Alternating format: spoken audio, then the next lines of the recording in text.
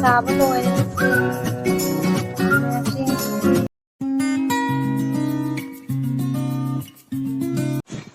Hello everyone, welcome back to my YouTube channel. Aigi YouTube channel Jaripon Ichalda mayam bu taram nokchari mayam ngasidi angang chawbana chingba doidi angang macha jagoi sabagi adigi lecturing sana bagi adi kamaina sani habagi video mai upload roke to bani ado mayam su inati siga leire pochai angangi lecturing siam napa do haji ꯁꯦꯝꯕꯗ ꯑꯃꯨꯛ ꯃꯌꯥꯝꯗ ꯌꯦꯡꯍꯜꯂꯒꯦ ꯍꯧꯖꯤꯛ ꯑꯁꯤꯁꯤꯒꯤ ꯕꯀ꯭ꯔꯝꯁꯤꯒꯤ ꯃꯅꯨꯡꯗ ꯑꯁꯤ ꯍꯥꯞꯆꯤꯜꯂꯅꯤ ꯑꯍꯥꯟꯕꯗ ꯁꯨꯃꯥꯏꯅ ꯍꯥꯞꯄꯅꯤ ꯑꯃꯅ ꯑꯥꯏꯔꯟ ꯕꯀ꯭ꯔꯝꯅꯤ ꯑꯃꯁꯤꯅ ꯑꯥꯏꯔꯟ ꯕꯀ꯭ꯔꯝ ꯅꯠꯇꯦ ꯑꯥꯏꯔꯟ ꯆꯥꯕꯤ ꯕꯀ꯭ꯔꯝ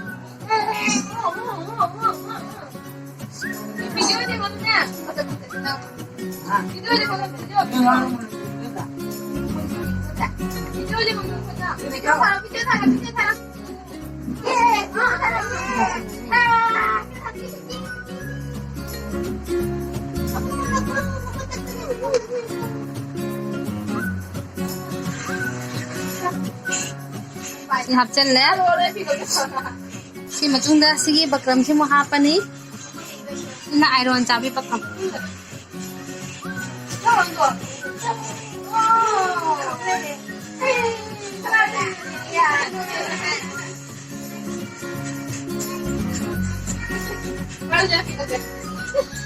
Ana hape si hapa matungda asigi tarasi asi mo hapani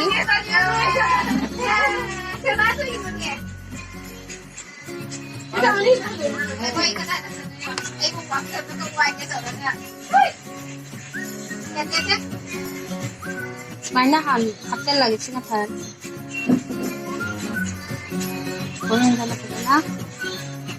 Ya hapten lagi, ya.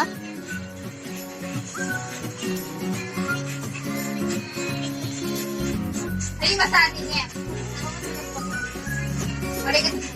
Jadi sih mau namun sih hapten lagi.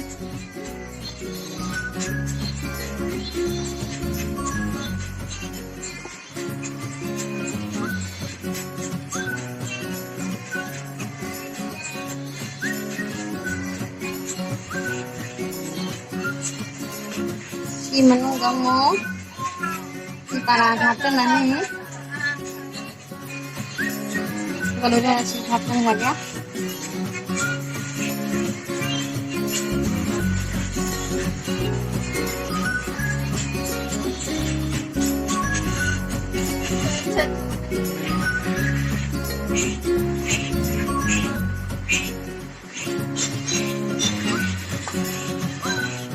Dua pun na.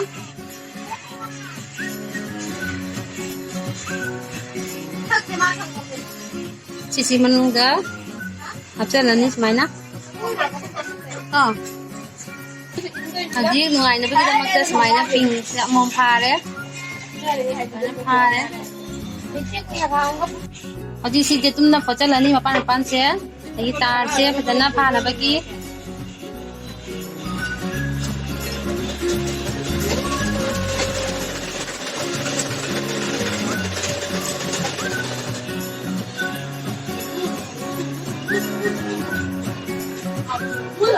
Di mai keng ho se tar se si phana mata ni photo se tu tarau tu photo la ni tawar ni ho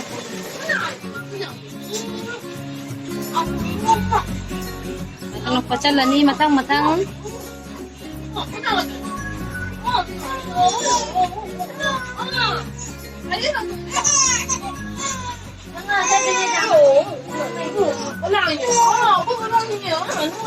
Ma tumning ama ni. Ma log na.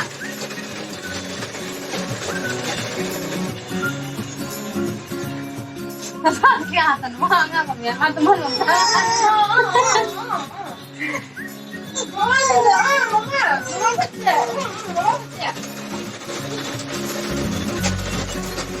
Mai na matang papa sila si Loy na mai na apola ni si pola ni. Hằng chí sống như nakan se loi na pot pa loi re hằng chí sống gi ꯑꯁꯤꯒꯤ ꯅꯥꯀꯟꯁꯤꯃꯨ ꯍꯧꯖꯤꯛ phone ꯑꯅꯤ ꯍꯧꯖꯤꯛ ꯑꯁꯤꯒꯤ ꯐꯤꯁꯦ ꯀꯛꯑꯅꯤ ꯃꯥꯒꯤ ꯀꯩꯅꯣꯁꯦ ꯇꯛꯀꯤꯁꯤꯒꯤ ꯁꯨꯃꯥꯏꯅ ꯁꯤꯒꯤ ꯀꯣꯕꯔꯁꯦ ꯑꯣꯏꯕ ꯁꯨꯃꯥꯏꯅ ꯑꯣꯏꯅꯕꯒꯤ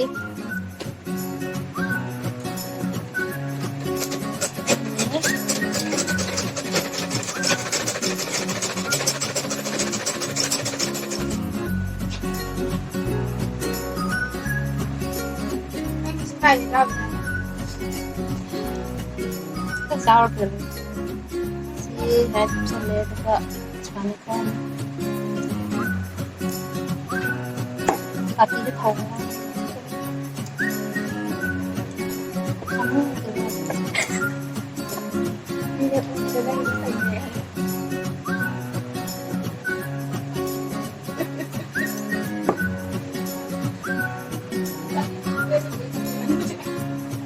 ini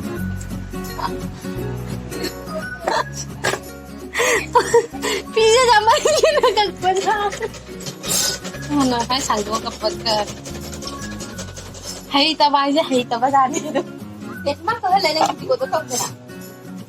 Ayun, sabi ko pa tanig sa rice, di ba? Ayun niya, kati ko pinay na gitu ba? Nakakata yung time ini.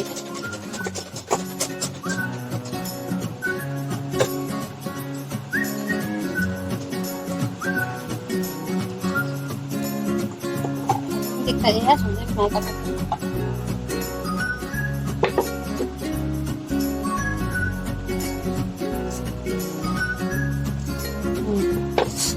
dia makaya simatang makaya sima ketiga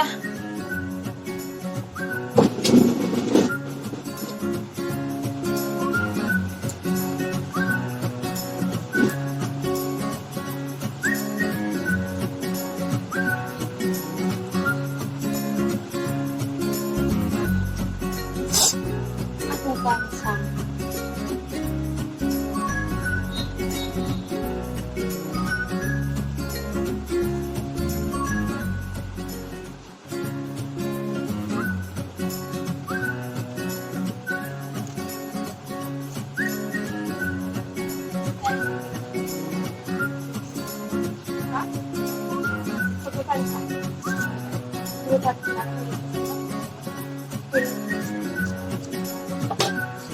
और सिम झुका पलवा है जिसी की मदद अनी से join तवरनी हजिक स्माइना तुपगा स्माइना जेटलानी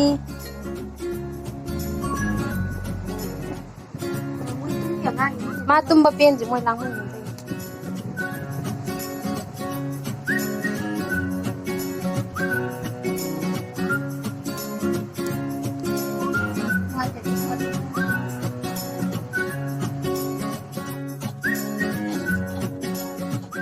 Smain tau na asi loy na tumbabu jet lani aji lore maton fochal le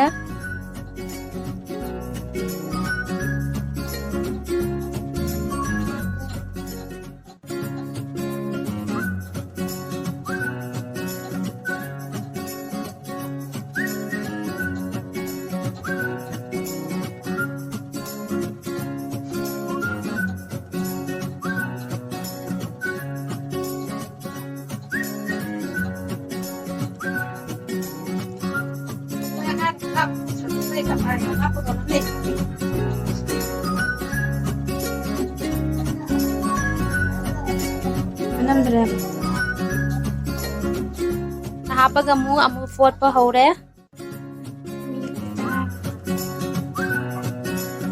aditi angang macha sing di ati moi gi lecturing gi real do hapa jati ro makappi banan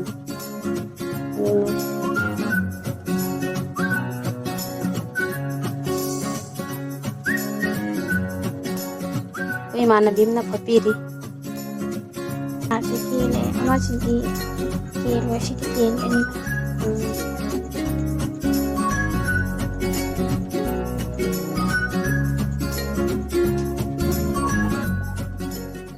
Jadi fort pa loisala lacy gi matakta ama lace blue colour की less से फोचलनी पूरा अकोइबदा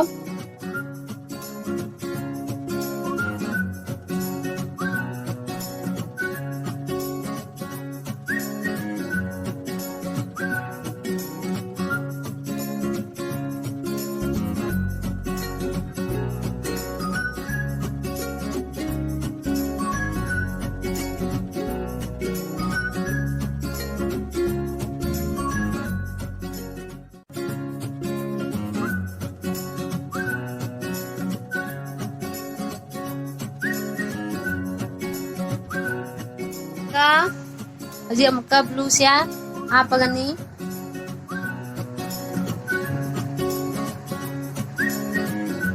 gaya mo pa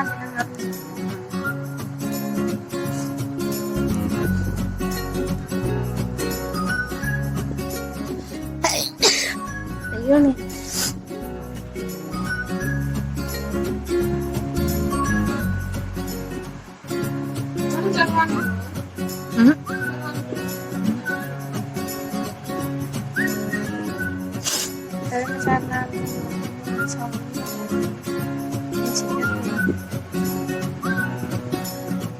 जी ऊपर पर हो रहा है blue colour से smile सुम फोट पसिना पूरा लोय बाबाव फोरनी अदु मतुंग दा अमु यहां लागे